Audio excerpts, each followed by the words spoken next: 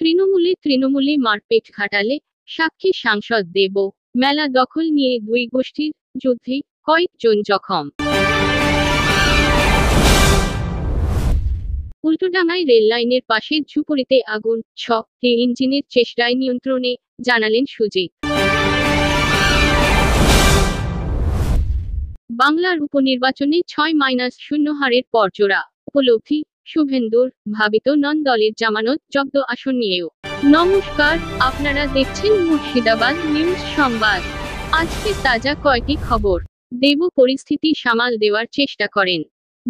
পক্ষকে অশান্তি থেকে বিরত থাকতে বলেন, তবে তাতে লাভ হয়নি। পরিস্থিতি ক্রমশ হাতের বাইরে বেরিয়ে যাওয়ায় ঘটনাস্থলে আসে স্থানীয় থানার পুলিশ। সাংসদ দেবের সামনেই তৃণমূলের দুই গোষ্ঠীর প্রকাশ্য লড়াই। শিশু মেলার কমিটি গঠনকে কেন্দ্র করে উত্তেজনা ছড়াল ঘাটালে।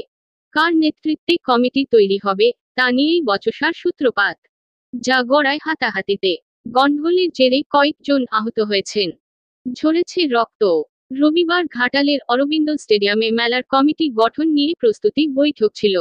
সেই বৈঠকে হাজির হন সাংসদ দেব। তার উপস্থিতিতে তৃণমূলের দুই পক্ষের মধ্যে অশান্তি শুরু হয়।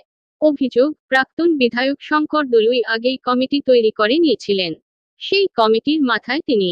কিন্তু দেব বৈঠকে যেতেই কমিটি নিয়ে দু পক্ষের মধ্যে বচসা বাধে। সূত্রের খবর, শঙ্করের কমিটি মানতে নারাজ ছিল তৃণমূলের একাংশই। তৃণমূল কর্মীরা নিজেরাই নিজেদের মধ্যে মারামারি শুরু করেন। ভাঙা হয় চেয়ার টেবিলও। দেব পরিস্থিতি সামাল দেওয়ার চেষ্টা করেন, তবে তাতে লাভ হয়নি। পরিস্থিতি ক্রমশ হাতের বাইরে বেরিয়ে যাওয়ায় ঘটনাস্থলে আসে স্থানীয় থানার পুলিশ। তারাই পরিস্থিতি নিয়ন্ত্রণে আনে। আহতদের উদ্ধার করে হাসপাতালে নিয়ে যাওয়া হয়। সেখানেই চিকিৎসা চলছে তাদের। এ বিষয়ে দেব এখনো কোনো প্রতিক্রিয়া দেননি। বৈঠকে দুই গোষ্ঠীর কোন্দলকে ষড়যন্ত্র বলে মনে করছেন শঙ্কর। তিনি বলেন, এমন হবে ভাবতে পারিনি। পরিকল্পিতভাবে ঘটানো হয়েছে। আমি মনে করি এটা ষড়যন্ত্র ছিল।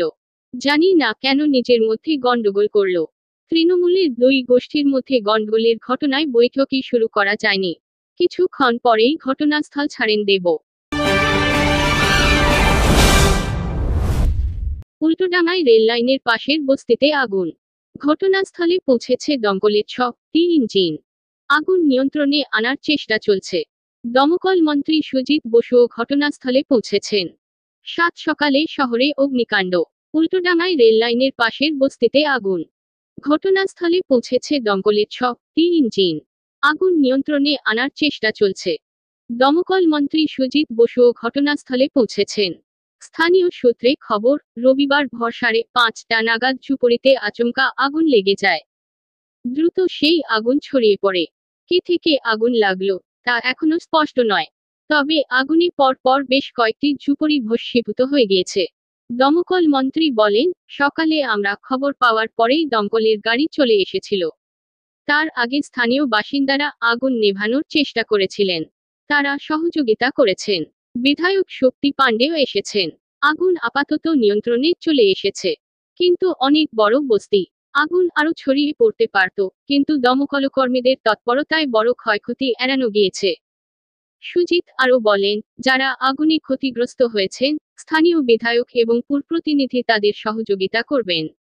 পুরসভা থেকে যা সাহায্য পাওয়ার কথা সেগুলি আমি দেখব। এখন মূল কাজ আগুন নেভানো। এখানে তুলো, প্লাস্টিক সহ বেশ কিছু দাহ্য পদার্থ ছিল। আগুন নিয়ন্ত্রণে এলেও কুলিং প্রসেস চলছে।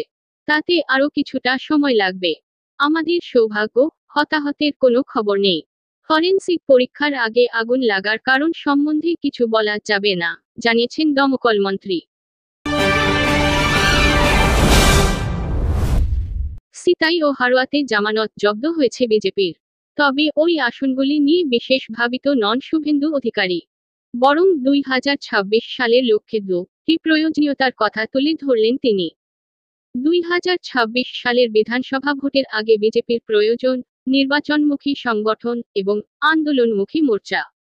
শনিবার উপনির্বাচনে বিজেপির হারের পর উপলব্ধি বিধানসভার বিরোধী দলনেতা শুভেন্দু অধিকারীর।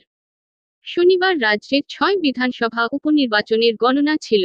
একটিতেও জিততে পারেনি বিজেপি। ধরে রাখতে পারেনি মাদারিহাটের জেতা আসনও।